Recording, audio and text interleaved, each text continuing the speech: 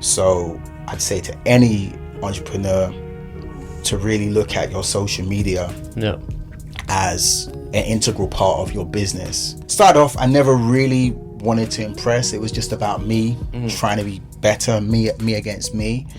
But I did want to inspire. Fortunately, I joined Queen's Park Harriers and they funded me to do a UK Athletics Leader and Run Fitness, which are people who can take out individual small groups to run, licensed and insured.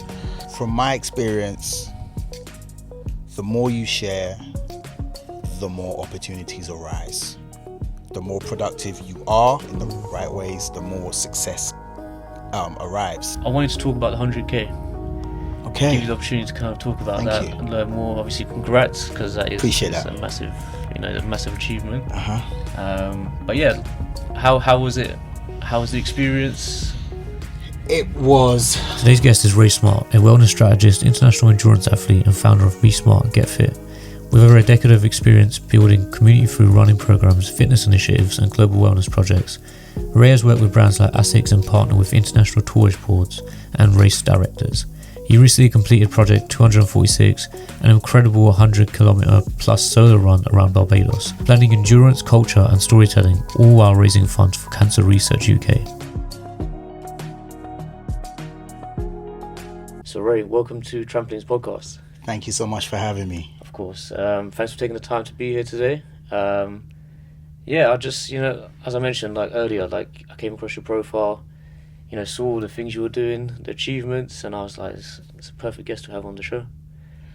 Thanks, JD. It's been an incredible journey, and it's a great to have an opportunity to share it with people. Yeah. So Rey, with every episode, I like to start by giving the guest an opportunity to kind of introduce themselves, and so the audience knows a little bit about yourself.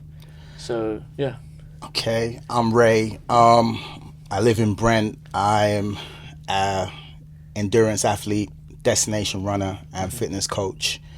I've been doing this for over a decade, and I run around the world and share those destinations and those journeys with people through social media and partner with brands as an ambassador and as an advisor, and I just get to do something which I really enjoy on a day-to-day basis.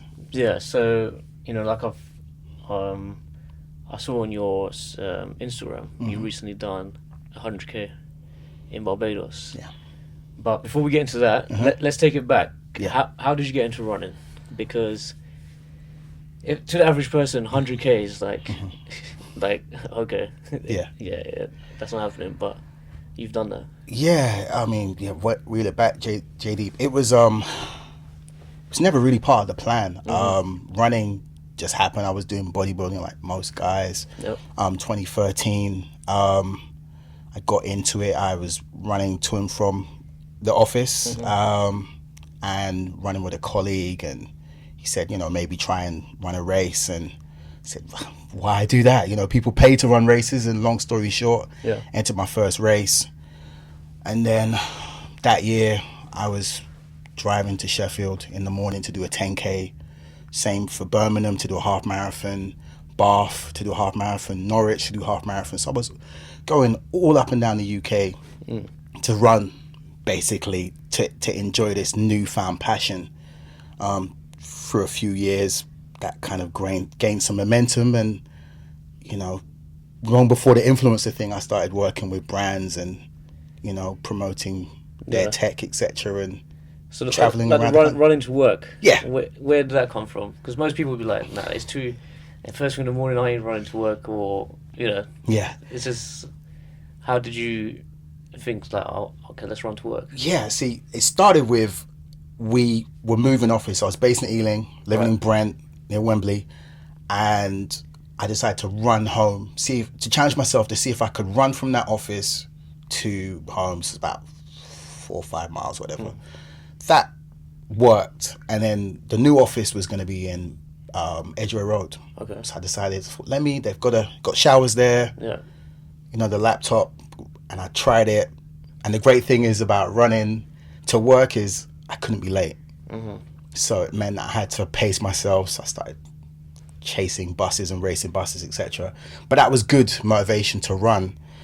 And it just became a habit from there, 4 days a week, running in, running back, and sometimes running at lunchtime with colleagues. Started a little corporate run club. Yeah. So yeah, it just became part of the day. Yeah. And what was your kind of, like a lot of people get into running for health.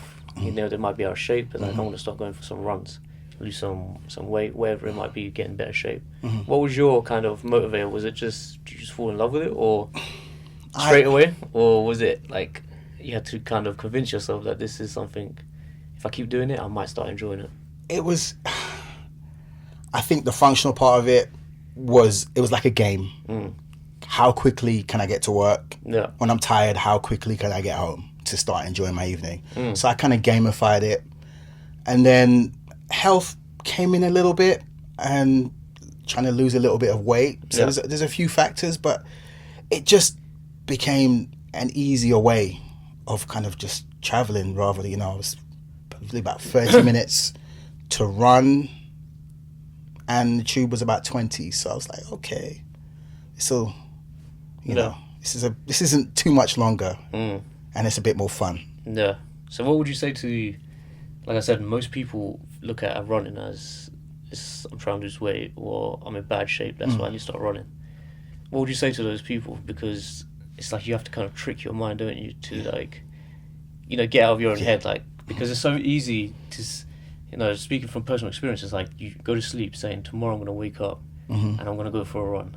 And then you wake up, see the weather, or you're just, as you are in the morning, you're just like, that motivation's gone. So what would you say to those people that... There's got to be a why. There has to be like a compelling why. Why do I want to do it? No. Like you said, those factors can be health, fitness, aesthetics, weight loss, etc. Or maybe it's a hobby or a personal challenge. No. There's got to be a why. And then you've got to remove some of those barriers. So there's some barriers, like even in the morning, I'm like laying in bed, I'm like, oh, do I want to run, or what am I going to wear? So the night before, maybe put out your kit. Yeah. Get your trainers ready, socks, whatever you're going to wear, get that kit ready. So when you get up, you roll out of bed, put it on, and go for your run. Or you take that kit to work, so at lunchtime you can do that run. So it's just to try and make it less barriers, less excuses, or less reasons not to do it. And like I said, the why has to be greater than the why not. No. And like, personally, when I've been doing runs, like probably during my 10K, I was like, you start getting in your head like, what are you doing? Yeah. Like, running is such a, it's like it's almost, you're torturing yourself through the pain, pushing through it. But you're thinking, why am I doing this? Like like you said, you need a why. Yeah. But when I've only done one 10K, and I had to trick myself. And the way I done it is, I listened to a song that went on for 10 minutes. Yeah. So when that song finished, I knew that I'd roughly do 5K in 30 minutes. Yeah. So when I've listened to that 3 times, that song's looped 3 times, 5K is done. So I need to listen to that song 3 more times, and I should be at the 10K mark. And that's how I kind of push through. And like I remember I got a stitch as well. And I was like, nah, like this can't be happening, because I never had a stitch before. Yeah. And this wasn't even once I passed the 5K, so it was earlier on. Yeah. So then I started messing around with my breathing. I was doing some, weird breathing techniques and stuff, and I just pushed through. But by the time I hit the 10K mark and the watch said 10K complete, and in my headphones it said, well done, you finished, I could keep going. Yeah. Like, but I knew that I've hit the 10K, so I was like, I can just stop now. Yeah. But it's like you push through like the threshold, and I was like, oh, well, you like obviously you know better than anyone. Like doing 100K, like there's like a threshold that you kind of got to push through. Yeah. And then your body's just like, okay, I can sustain this now, and then you just keep kind of going. What would you say to that, having done multiple marathons, long distance runs? I think there is this threshold, there's this confidence. Some people talk about imposter syndrome.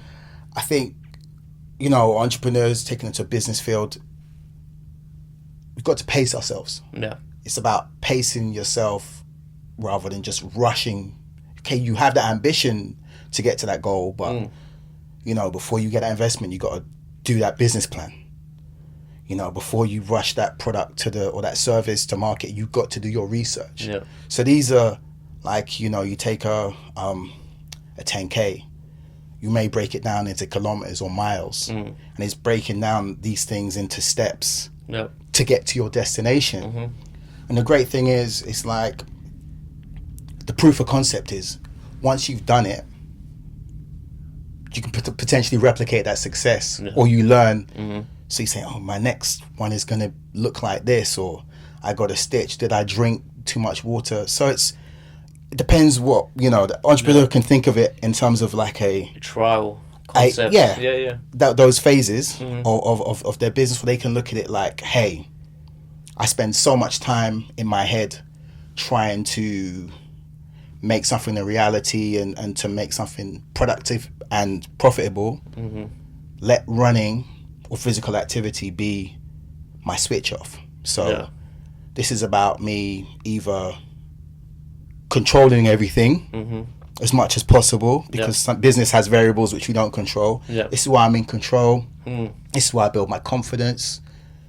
And also the great consequences or side effects of that is you can also build your health and your stamina and your endurance. And there's a lot of kind of research on mindfulness around running and helping people de-stress, because it can be very stressful running a business, and you know, just having that time, you know, high performing professional CEOs, etc., they do their running because it's just like, hey, when you run and you really get in that running zone, you don't really think about anything else. You may have a podcast on, but you're concentrating on your running, and then there becomes a point where it becomes effortless, and that release is hopefully therapeutic. So like, you've had a hard day, you've done 12 hours, you pulled it all night or whatever, that is a breathing space. That running is your safe zone, where no matter what the demands are, you're not picking up the phone. It's just, hey, this is me, this is my zone. And what do you think, so there's individuals out there, entrepreneurs, small business owners, then you've got high performance individuals, right? That, you know, CEOs, the high level. And a lot of them tend to push this 5 a.m., wake up at 5 a.m., go for a run kind of narrative. What do you think they're experiencing, that those individuals who aren't running and looking after their health and well-being, in terms of, because I feel like it's also like you mentioned, it's transferable. So you know, the kind of approach you take to running kind of transfers into how you kind of approach your business. What would you say? I think in terms of the benefits, there is that discipline to get up at 5 a.m. You're obviously going to have to go to sleep at a reasonable time early. And in terms of performance as well, to be able to perform optimally throughout the day, you're going to have to go to bed early to get up at 5, and then be able to be firing all through the day, mentally and performance-wise. So there's that discipline, which can also be applied to the working environment. And then there's also the sacrificing the social elements as well, like going out in the evenings, etc., and sacrificing potentially the sleep. That sacrifice is investing in oneself and should pay off in terms of health benefits, mental clarity, etc. And I think another thing is 5 a.m. It doesn't work for everybody, but it's a lot quieter. There's stillness. There's less demand. You're less likely to get a WhatsApp message, a telephone message, or emails, or people wanting your time. Less noise. Noise, exactly. And if you're a decision maker, people are going to start demanding, and more than likely at most corporate times they're going to start at 8 a.m. potentially. Where you're less likely to be distracted. So if you can get that time, so let's say they get up at 5 a.m, they do their run, do their fitness, they may go through their rituals, read the newspapers, etc., and then get to the office early or start work. Maybe 7 or 8 before everybody else. No. So yeah, there's that benefits there, and I think that discipline, sacrifice, etc., helps them to perform in that, you know, at that higher level. However, I think not one size fits all. No. And we have to be very careful. 5 a.m. doesn't work for everybody. Yeah. I mean, there's just someone's version of 5 a.m. may be 1 p.m. They may be a night worker. They may. Yep. So it's just carving out time for ourselves that is most suitable to us, that could be most effective for us. Because if someone has to go to sleep at 11 p.m. because they've looked after their family, looked after everything else, getting up at 5 a.m. is probably counterproductive for their productivity through the day, counterproductive possibly for their health, and just doesn't, in the end, they may reach burnout. So it's just finding what works for us, but finding a space in our schedule which we can guard and look at health and wellness. And what is your approach? Do you have a specific time that you like to go for a run, or do you just have to get it in? I have to get it in. I'm flexible with my approach. I mean, in terms of performance, it's said that having a fixed sleep time and waking up time are great for performance, but due to the work I do in international traveling, it kind of floats around. Yeah. But yeah, in the morning, more than likely, get that running in the morning.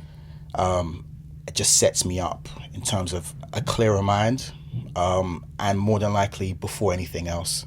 Yeah. So I may just look at my to-do list, may think about what I have, but running is great because I'll process those while I'm running in the back of my mind, and then when I get to the desk, I'm firing and I'm ready to go, energized, even motivated. Yeah. And do you have like a kind of routine that you kind of follow before a run?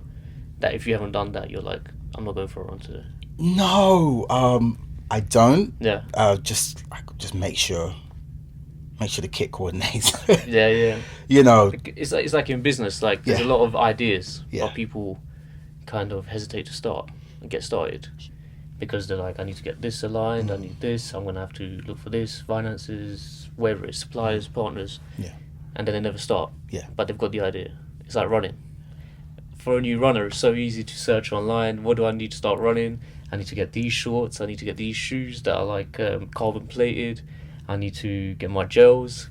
But what would you say to that? Like someone first starting out, what? Obviously, there's some things you have to consider to give yourself the best start. But what would you say, like, just when you're starting off? I say when you start off, I would say back to when you started. Yeah, I would say I love Shark Tank, Okay. and on there generally say bootstrap. So bootstrap is like when you just really, your budget's really small, and they say kind of like, even Damon John, the bigger the budget, the more mistakes you're gonna make because you just have money, you have it available, so you want to spend it.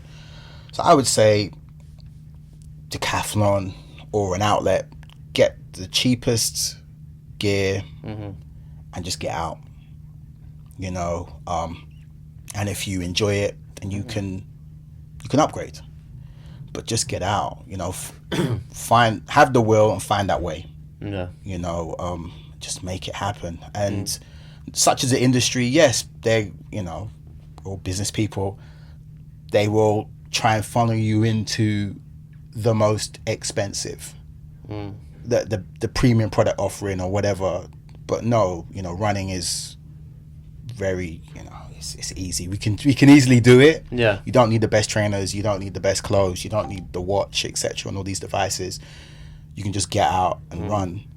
And, you know, there's magazines online and other things that you can consult. But yeah, the hype. Avoid the hype. Yeah, that's because I'm like, again, talking from experiences, like if my watch isn't charged, I'm like, I can't go for a run today because there's no way for me to track it. Or it's just little things that you just try and just look at, and but you could just go for a run. You don't need. And I like to do track running as well. Okay. Just because it's a consistent flow of the surface and everything. So, and I know that if I do every time I do a lap, I can measure it. I know how far I've gone. But like, so obviously you started off What was the distances you was doing when you started off? Start off with racing events was 10K. Okay. Yeah. So straight into 10K? Yeah. Okay, so like like obviously with businesses, like business owners, it's like knowing when you're ready to grow and kind of take that next step. How did you kind of, when you was doing 10Ks, when was you like, okay, what's next now? This is... Yeah, good question. It was when the 10Ks became easier Yeah. and also when I'd exhausted the 10Ks. So going to Sheffield for a 10K on a Sunday morning is a long way to go. And then I thought, okay, so I've done proof of concept. I can do the 10K. Yeah. 10K feels reasonably comfortable. I can't really see any more 10Ks and look for the next challenge, which will be the half marathon. So that was kind of the way it was a natural progression. Yeah. And was it ever about like the reward for you, like the bragging rights kind of? Because there is a little bit of that with running, isn't it? Like people like getting the best times, best times. It's really interesting. I joined a running club, the Queen's Park Harriers, and that was really humbling for me because a track-based athletic running club, I realized I wasn't as fast as I thought I was, or as good as I thought I was. Yeah. But they gave me great training and a great community camaraderie, etc., and a platform to get a qualification to become a run leader, to be able to take out other runners, etc. How did you get into like leading running clubs? Okay. And like why'd you do that? Is there a why? Like and like who you kind of look to help and... Yeah. So I started off, I never really wanted to impress. It was just about me trying to be better, me against me. Yeah. But I did want to inspire.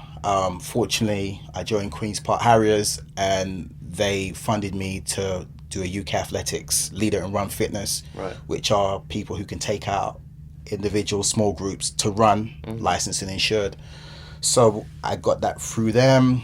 I took people out through the running club, and then I started off the first running club in Wembley Park in about 2014. And it was about just sharing my passion for running and helping other people, gain their confidence, gain their running independence, and also because Wembley was reasonably a newer neighborhood then, to connect residents with each other, make friendships and connections. Yeah. So it's just trying to always, wherever I go, trying to inspire people to run and trying to get people connected to the potential that they could potentially run. It doesn't have to be half marathon, ultra. Yeah. Just the fact of movement. And it's one of the easiest forms of movement and low cost as well. Yep. So you can take it to, inner city environments. It's not like cycling where you say you have to have a bike that costs thousands.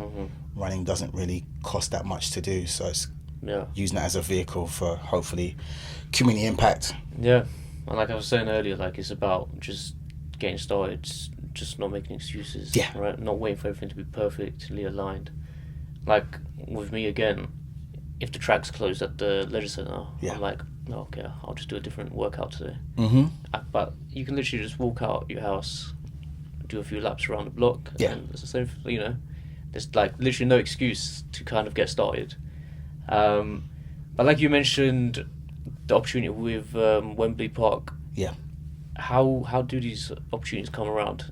I run. Yeah. But I'm not getting these opportunities. How, like, you must have networked, you must have, had some contacts. How did it kind of get started? Okay, so post-COVID, running exploded and there lots of opportunities happened. Brands started to invest in people. But 2013, 14, there wasn't an appetite for running or from the brands.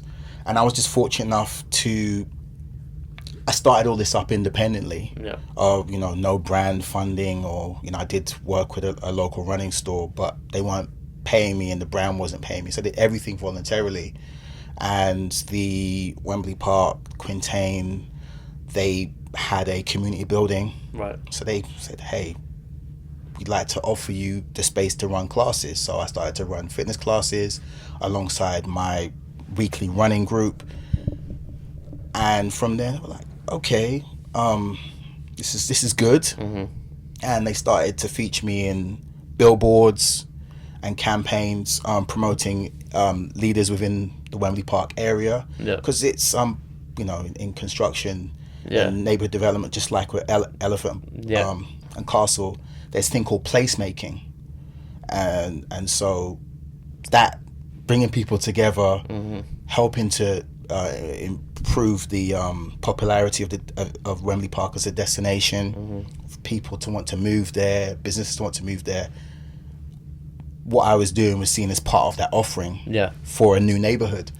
And then I became featured as People of Wembley Park, and I was part of a documentary and part of a book. Okay. But bringing it back, it was just my work, Mm. just organic work, no networking, but I guess it's the profile Yeah. and the productivity that basically caused people to want to invest in what I was doing. And I think that probably applies with business as well, right? You Yeah. know, sometimes we want people to invest into us too early, Yeah.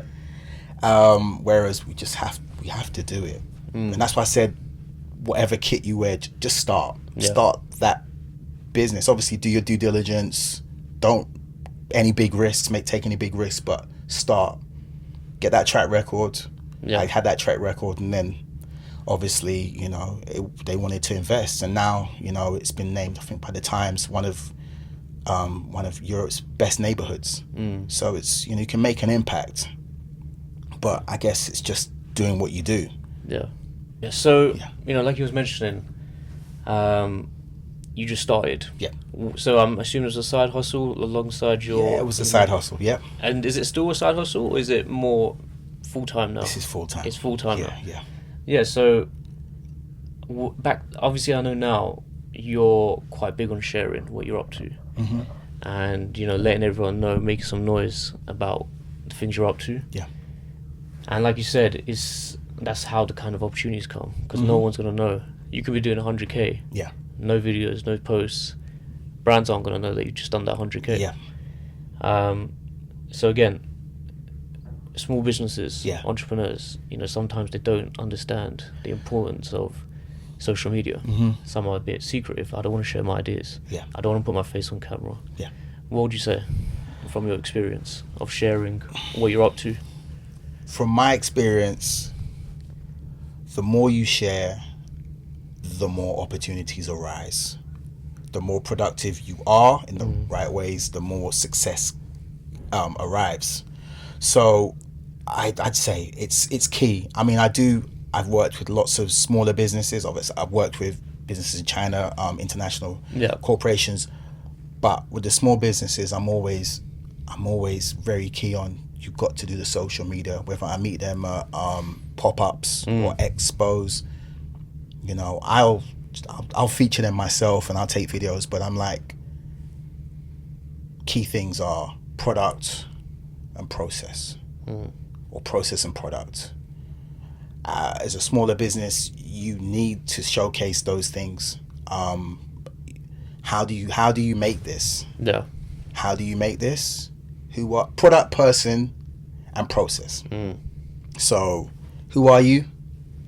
Why are you doing it? What's the product? You know, how does it improve someone's life, or how does it, you know, what's the product? And the process. How is it made? Yeah. And I think these three things, great. Social media is great now because you can just get directly to people. You don't have to pay. Yeah. Generally, it can be organic if it's done right. But these things are three factors that corporations don't have. People buy from people. Yes, the small businesses, and we don't have the scale. So our products may cost more, Yeah. but check this out. If you show the process, it's handmade. If you show the person, they may actually think there's a premium. This person has handmade this. It's not just made in China. It's not just made in India. It's not just made. They've handmade this, and they've taken their time. This person cares about what they do, and that to me commands a premium when it comes to price. So I'd say to any entrepreneur to really look at your social media as an integral part of your business. It doesn't just show, you know, your schedule. It shouldn't just show your schedule and your products. It should show the product process. It should show the type of person you are. You know, it should showcase what you're doing. Also, don't be scared to have that call to action. You know, not every post should be about selling, but every post should have a purpose. Yeah. And like you mentioned, people by people. Yeah. Funny enough, we have a event coming up called People by People as well. Okay. Yeah. So yeah, like you said, people by people. That is the new market. The market is shifting now. Mm-hmm. It's like people don't necessarily just look at a product and say we like this, but if a person likes the person promoting the product, like we know TikTok, Instagram, like there's people have no idea about the product, but if they're like a consumer, you know, and all of a sudden people in the comment section are like, where can I buy this? Can you send me a link and all that stuff? So there is a shift of the market, like and that's why it's like so important to kind of share everything you're kind of doing, and it's free. That's the best part of it. There's no cost associated with it. You can pay for ads and, you know, more premium. You can upgrade your cameras and whatever not, but for the average person, everyone's got a smartphone these days. Just pull it out your pocket, record what you're doing, and people know what you're up to. 100%. And I mean, you're right there. And okay, so maybe a tripod and maybe a ring light, and that's about it. But it's minimal investment. You, like you said, their smartphone is there, the apps are there, and it's a really effective way. And also, I think people like story, right? Corporations will spend a lot of money in terms of hiring PR companies. How are we gonna? What's our tone? What's the color palette? What's the demographics? What's this and that? And they spend so much time trying to find a way to convince us to buy, whereas actually our personal story, our personal journey can be compelling. You know, just like, hey guys, I'm buying some fabric to do this, or I've take them on the journey, and you know, people will get invested. And you know, at the moment, it's there's social capital and there's time. People having their eyeballs on your content builds up trust, rapport, and it's potentially going to lead to either a lead, a referral, or possibly generate a sale. But even if they share that to someone in the DMs or they tag someone else, that's keeping the conversation going and raising the profile of the business or service which you have. And it's like if you can grow a loyal audience, you can always sell to them in the future. Like you said, not every post needs to be selling. Like before you sell, you should build that story up, that trust, you know, that relationship with the audience. Then when it comes to, oh, look guys, I've got these new running shoes, they're gonna be like, okay, we can trust this, you know, person. He's done, you know, you got to be credible as well. Like, you know, so and like if you was to jump on Instagram and start selling some shoes, like a new shoe brand, people be like, maybe not.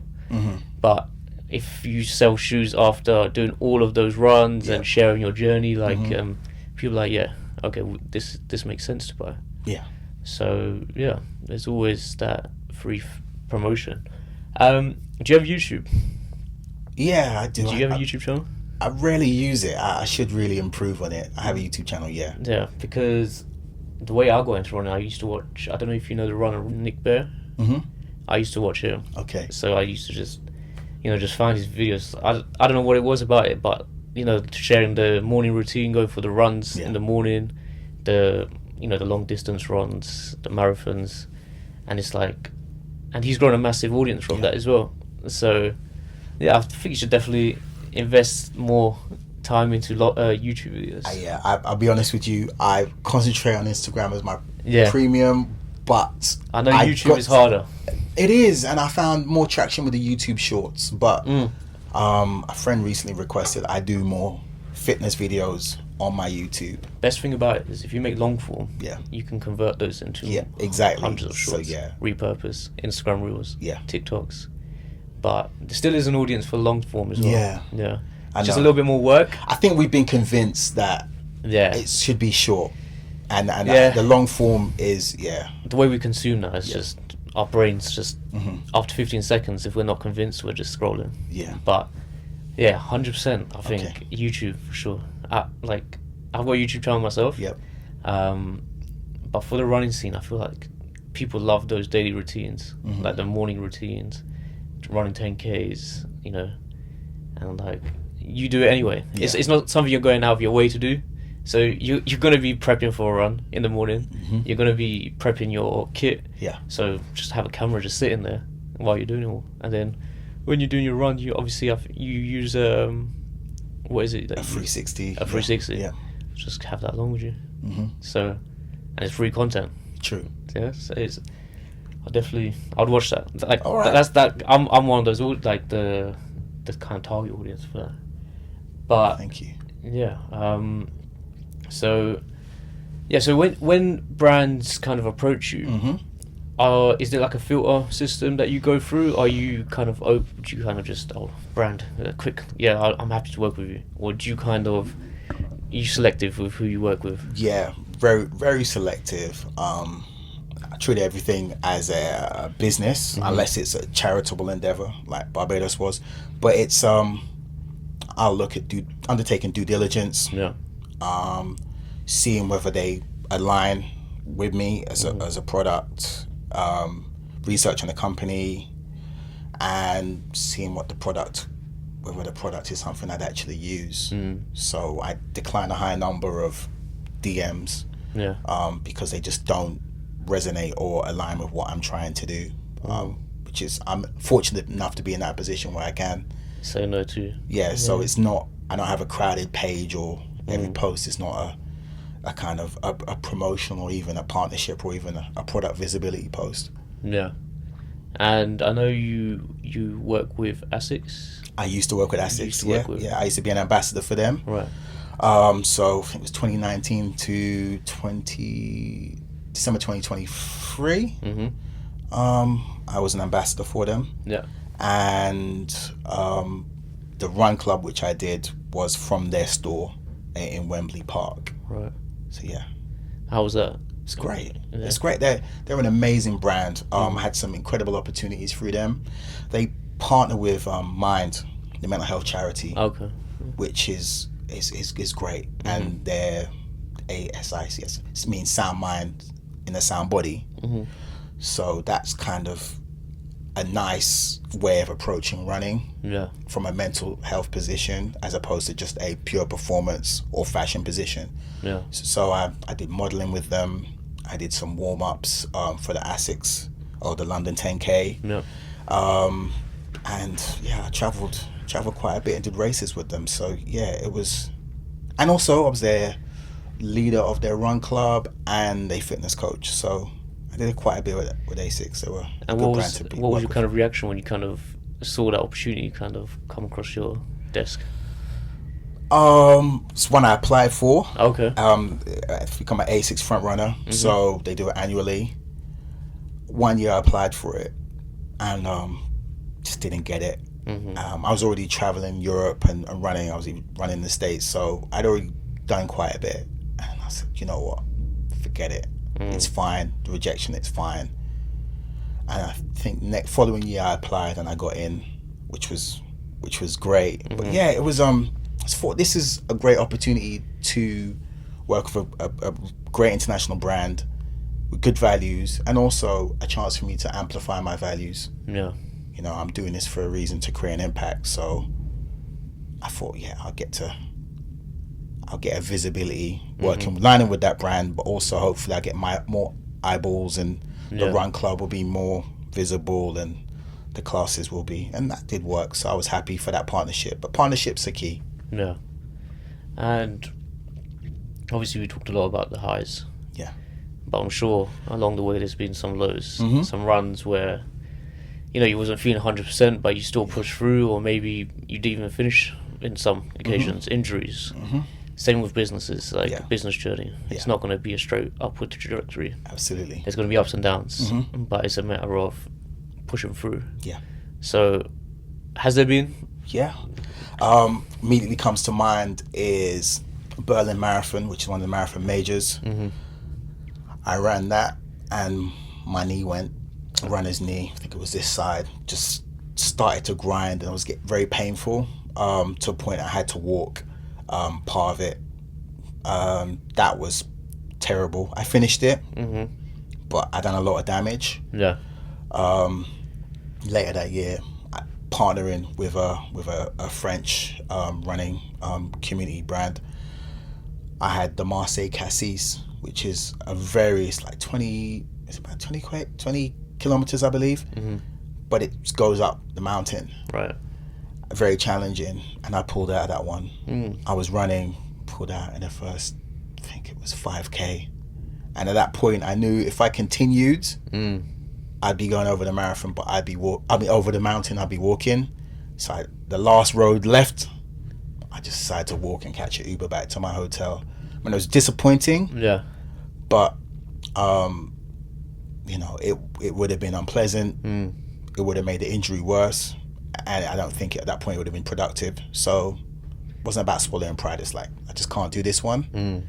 So yeah, there've been the lows, you know, and then because I didn't listen to my body in Berlin, I couldn't finish Marseille, and I couldn't run for about another 4 months.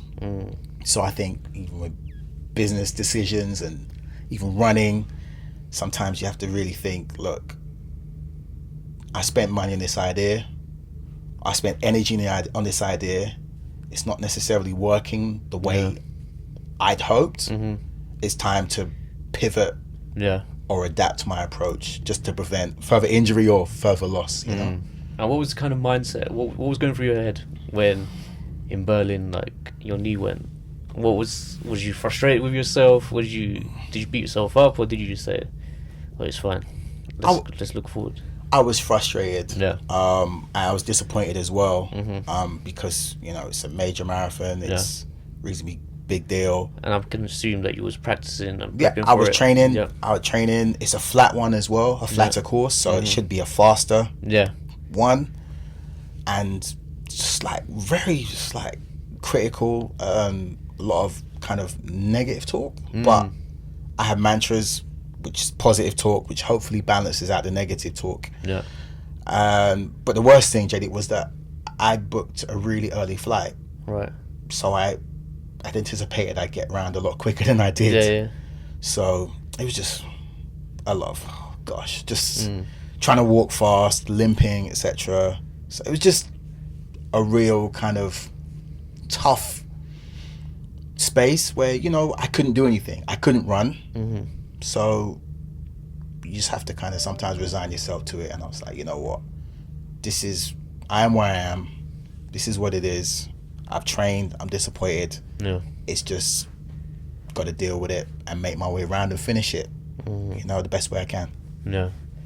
And like you said, did you ever think you'd be where you are now when you first started running?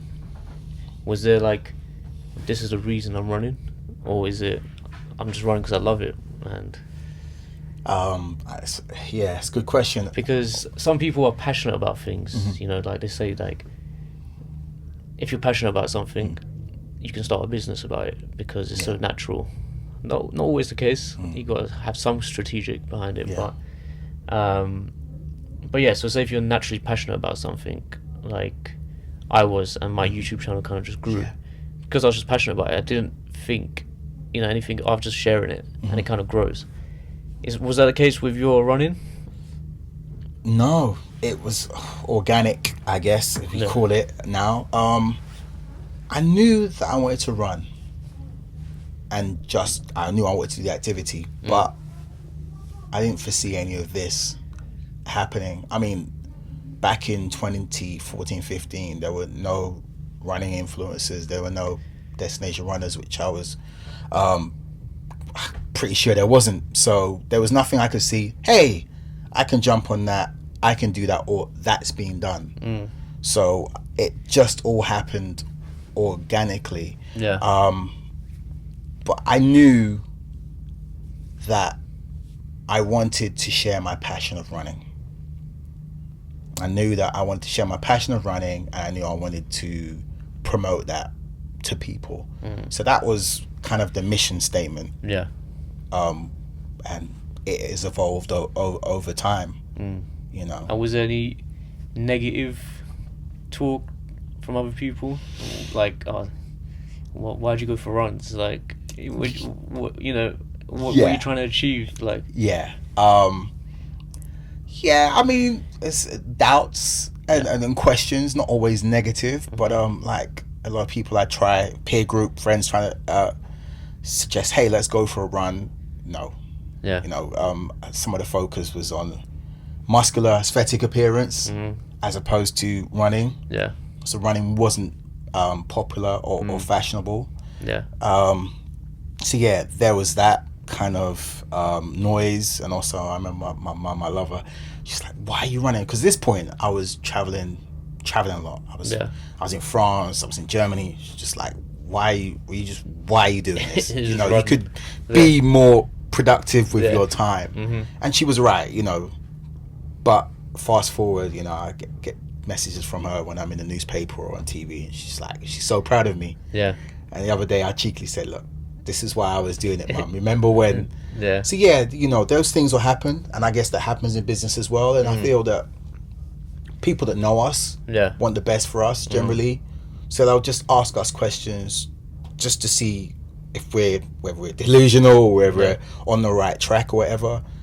But yeah, you kind of sometimes you just got to tune out the doubts, or just be crystal clear on what you want to do, because when you do get those questions or those doubts come in, you're like, no. Yeah. And that's the business plan, isn't it? It's the mission statement. Always refer to that, the reason why, and then you'll know, and reason why and the destination. Yeah. Yeah. Yeah, I think, like you said, in business, that's like a common scenario where in the beginning it's not very clear what you're trying to achieve to other people. Other people might look at you and like, you really think that's going to work, you know? But you have to be so obsessed and like, you know, you can say delusional about your idea, that until it fails, until you're satisfied that you've done everything, then you kind of stop, or you don't, you try again. But and I think if I can just take it back to that 5 a.m. That window with that sacrifice and that discipline, that it's not just about running, it's about that time that you have to drown out that noise. It's just that time maybe you lock yourself away, that time you go to the library, that time you research. For the entrepreneur, it's finding that equivalent of 5 a.m. in your time where you refine and work on your business and on yourself to help get you to that place. Yeah, because for some runners kind of use it to kind of clear their mind, you know, gather their thoughts. So for others, it's just a way to switch off completely. Absolutely. What are you personally? Is your brain ticking when you're running, or are you just empty, listening, enjoying the music, or? It's a bit of both. The amount of thoughts which I have ideas I have when I'm running is incredible. I could probably write a book through just recording the things ideas I have or whatever, and then when I get home I kind of forget them. But I do a lot of thinking when I'm running, but it's positive thinking. It's never, oh, I've got this deadline or anxiety or anything. It's just always like upbeat. This is working. And I think that's great that I have that relationship with my running where it's not effortless, but it's reasonably easy now most of the time, that I can just, I love, I can hear the birds. Yeah. I got the sun on my face. I got the rain on I just enjoy the doing. Yeah, I think that's key when it comes to long distance. Yeah. Because like a beginner like myself, when you're first starting out, you're so worried about the time. Yeah. Your breathing, like how long has it been? Have I hit the 2K mark, 3K, 4, 5? How long have I got left? That kind of thing. Because and then at the same time, you're like, my ankle's kind of hurting now. Should I just stop, or I'm going to cause myself an injury? But 1K later, you feel that the pain's gone, and it's just like you're just pushing through. Yeah. But like I said, when I've done the 10K, I felt, let me focus on my surroundings a little bit, try and trick the mind a little bit. Don't focus on the track, if that makes sense. Stop looking at the thing. Just put your head down, just zone out. But yeah, so I wanted to talk about the 100K. Okay. Give you the opportunity to kind of talk about that and learn more. Obviously, congrats, because that is a massive achievement. But yeah, how was it? How was the experience? It was. And was it non-stop? That's what I couldn't find on your social. I was trying to find was there breaks in between? I did see one post, but I'll let you share more about that. Thank you. Yeah. Barbados, I did conceive February 2023 when I was in Barbados, staying at my aunt's in Spicetown, running around the island thinking, oh, this is nice. Yeah. Maybe I could run all the way around there. Well, I did. January, and it was remarkable. I mean, truly breathtaking experience. It was solo continuous, so I didn't sleep. Yep. I started at 5:39 p.m. just before sunrise. Ran throughout the night, all the way through to 12:30 the next day. It was a full circuit. Yeah. Went north and all the way around the island, through villages and coastal paths, the Atlantic coast, etc. Just, it was more than what I had anticipated. Just the sky was clear. There was the moon. There were stars. It was just it was sensorily beautiful, and that helped keep me going when it got challenging. This is one of the most incredible experiences. It was 105K, I think, and my previous distance maximum was a marathon, which is 42K, so over double what I previously said was my limit. Yeah. So it was mentally challenging and physically challenging, but I guess in the middle of it, because I had trained for it and I wanted it so much, I was never ungrateful, and I was never regretting my decision. I just wanted to push on and complete it. And I had a lot of mantras as well that helped me. Remembering my why I started. It was for charity, for Cancer Research UK, so fundraiser. Also memory of relatives I've lost to cancer. Honouring my Barbadian heritage, grandparents born there. I started within meters of where my grandfather was born, so there was a lot of kind of personal things attached to it. So I never hit the wall. I never actually wanted to stop. Even when I got injured partway through, I kept going. So the great thing about running as well is I was resilient. The endurance, back to business. I did a lot of project planning. I contacted a lot of businesses and partners, and it's just pacing myself, as well alongside training. I had to do a lot of project planning, a lot of preparation and preparations as well, nutrition, and think about hydration and routes, etc. So it's a lot of things that happened behind the scene, and people send a few short posts of a run, but so many weeks, hours, and investment went into it that sometimes you just, like the iceberg, you just see the little bit above the surface, but just the foundations.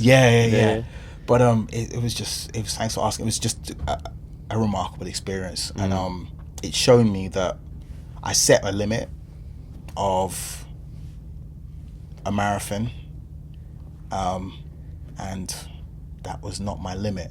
Yeah. You know, it was not.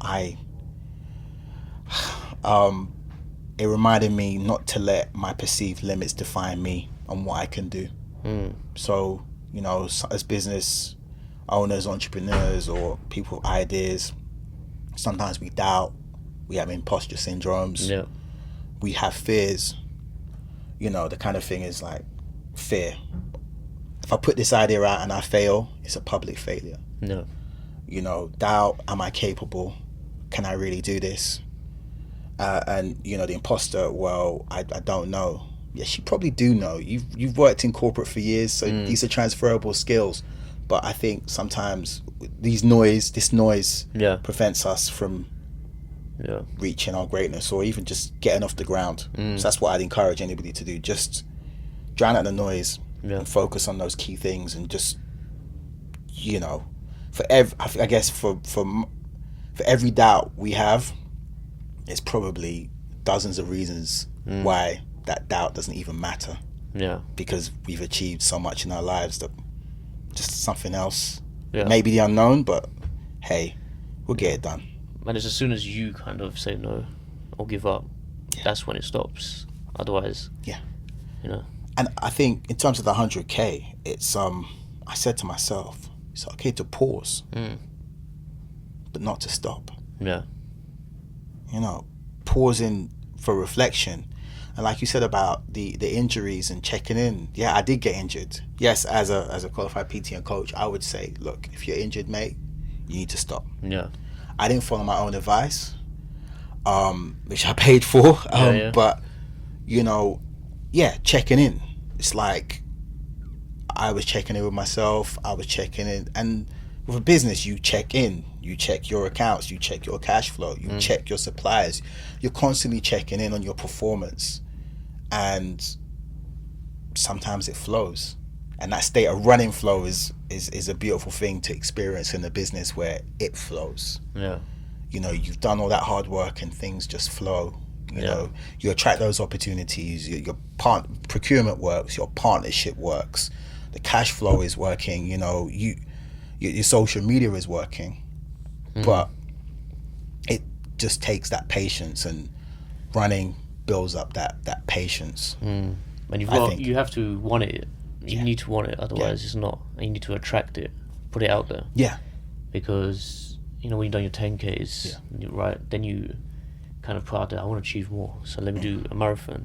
So then you got there. You know, you trained and done the prep for 10Ks. Then you learn how to prep for a marathon. Then you thought, you know, what more can I do? I want to hit that next level. Same with business. You start off small, then you see, how can I grow this, get to our next level?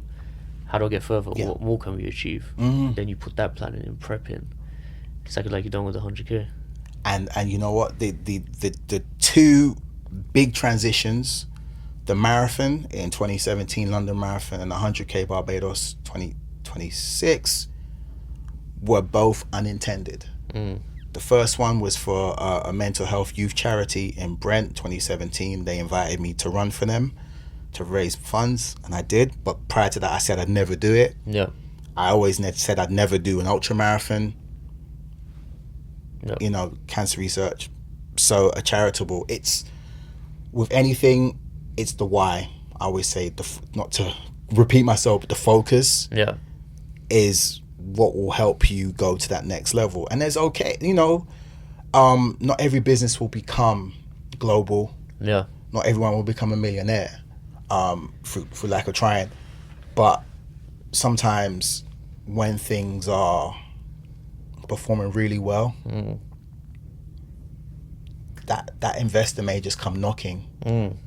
You attract that opportunity. That opportunity may come that, hey, you can franchise it, or someone globally may say, I'm interested in purchasing your products. You know, I know you're London based, but how much is shipping?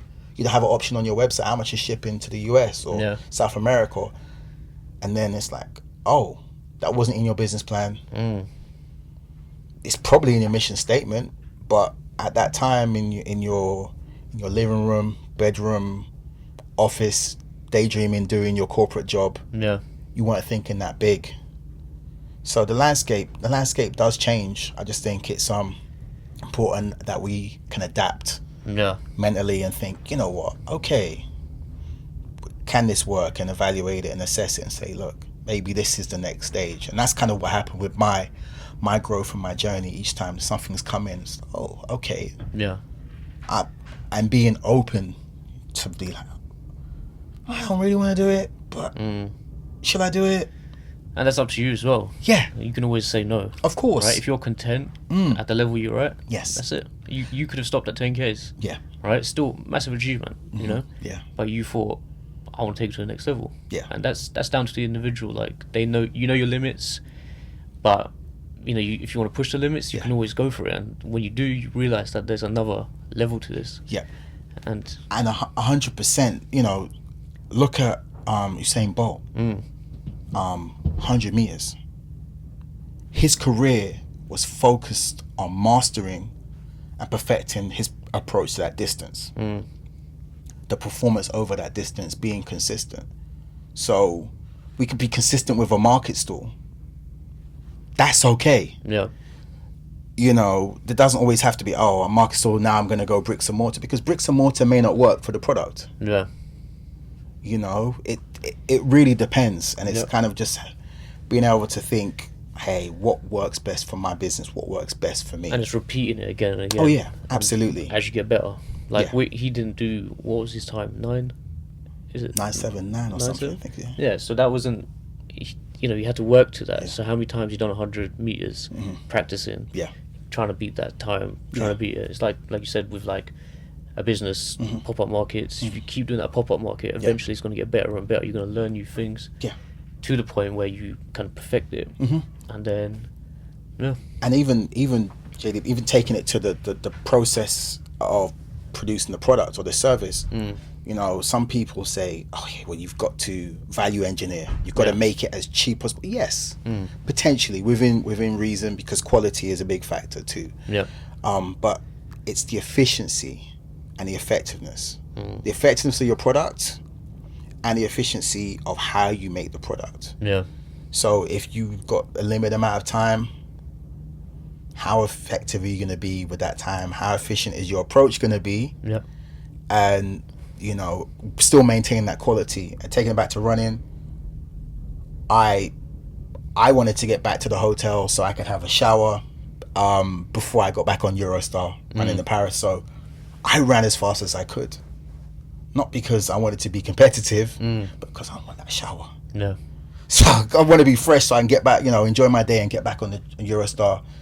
Cool. So I tried to be as efficient and as effective over that half marathon distance. And I went from there in the corral up to just behind the elites preferential one, which was, it meant I could finish and I could do what I wanted to do. So it's just finding know your destination, what you're trying to, you know, what you want. Once that's clear, once that's clear, then everything else falls into place. You know, processes, planning, everything. If you've only got an hour a day for your company, then you got to figure out what that hour a day looks like. You know. Yeah. Okay, Ray. So we are coming up to the end of the podcast. Thank you. I think we could talk for a lot longer. You know, definitely. We haven't even mentioned Kipchoge yet. I wanted to mention him as well, but yeah, like we're coming up on time. I'd like to finish the episodes with some quick fire questions. Okay, let's go. So the first one, best piece of advice you've ever received. Doesn't have to be business related, can just be general. Oh gosh, coach said to me, stop doing the same distance all the time. I was doing a half marathon every weekend, and he said, mix it up. Mix it up, best advice. You can apply it to business, apply it to food, apply it to life. Don't just lock into one thing obsessively. And I was locked into one thing obsessively, which would have meant I wouldn't still be running because I would have burnt out. Yeah. Okay. Next one. Where do you see yourself in 5 years? Wow. 5 years? 5 years. Okay. I'll probably see myself on a TV or radio, inspiring people, motivating people, and just more travel in the world. But yeah, I'll be on your screens. Yeah. And the next one, I would like to tailor it to this podcast. For you, what's the plan for the next run, the next big run? So now we've done 100k. How do we top that? Or do you intend on topping that? Good question. I don't intend topping that because that was very personal. Okay. Even though it was public, it was a very personal achievement. However, I'm already done some planning for some more Caribbean-based running, endurance running. So we'll have to see what happens there. So yeah. More of destination running, storytelling, cultural, foods, place, lifestyle. That's the next. Perfect. Yeah. So yeah, if anyone wants to follow the journey, I'll link your Instagram. Thank you. To the video. And is the cancer research donation still open? Yep, still live. Still live. Yes. I'll also add that to the video. Thank you. So if anyone wants to donate, Ray's done 100k. You can imagine, massive achievement. So yeah, thanks for being here today, Ray. Thank you for having me, JD. Yeah, sure. And hopefully we can have another conversation in the future. I look forward to it. Good luck with your running journey. Thanks for having me. Cheers. Thank you.